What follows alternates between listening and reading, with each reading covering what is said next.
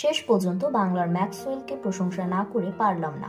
West ইন্ডিজের বিপক্ষে বুড়ো বয়সে ম্যাক্সওয়েল স্টাইলের ব্যাটিং দেখে হঠাৎ লাইভে এসে রিয়াদকে প্রশংসায় ভাসিয়ে একই বললেন অস্ট্রেলিয়ার তারকা ব্যাটার ডেভিড ওয়ার্নার।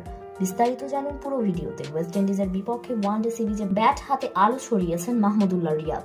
দেশের হয়ে এই সিরিজে সর্বোচ্চ রান সংগ্রাহক হয়েছেন তিনি। ওয়েস্ট ইন্ডিজের বিপক্ষে শেষ ওয়ানডে ম্যাচেও 84 রান করে অপরাজিত ছিলেন অভিজ্ঞ এই ব্যাটার। এর আগের দুই ম্যাচেও পেয়েছেন 50-র উপরে রান।